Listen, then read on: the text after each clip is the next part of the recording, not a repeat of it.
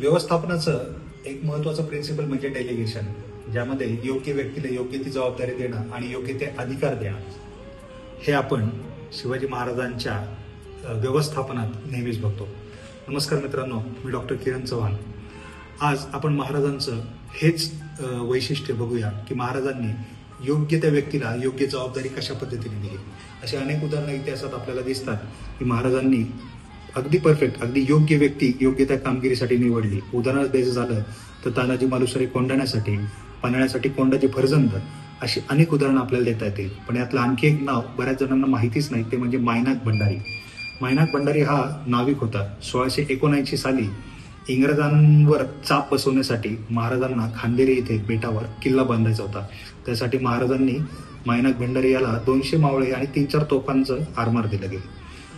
ज्यावेळेस इंग्रजांना लक्षात आलं की खांदेरी इथं शिवाजी महाराज किल्ला बांधतायत, त्यावेळेस इंग्रजाच्या अधिकाऱ्यांनी त्या दुर्ग बांधणीला पायबंद करण्याला सुरुवात केली. पण मायनाक भंडारीने बाहेरच्या कुठल्याही मदतीची वाट न बघता इंग्रजांशी बोलणी चालू केली. इंग्रजांना सज्जड दम भरला आणि त्याच्या परीने तो किल्ला पूर्ण बांधला. हे कशामुळे शक्य झालं? हे महाराजांनी मायनाक भंडारी याला संपूर्ण अधिकार दिल्यामुळं, योग्य व्यक्ती त्या कामासाठी निवडल्यामुळं ते शक्य झालं. त्यातूनच आपण काय शिकतो? व्यवस्थापनाचं एक महत्त्वाचं सूत्र ते म्हणजे डेलिगेशन.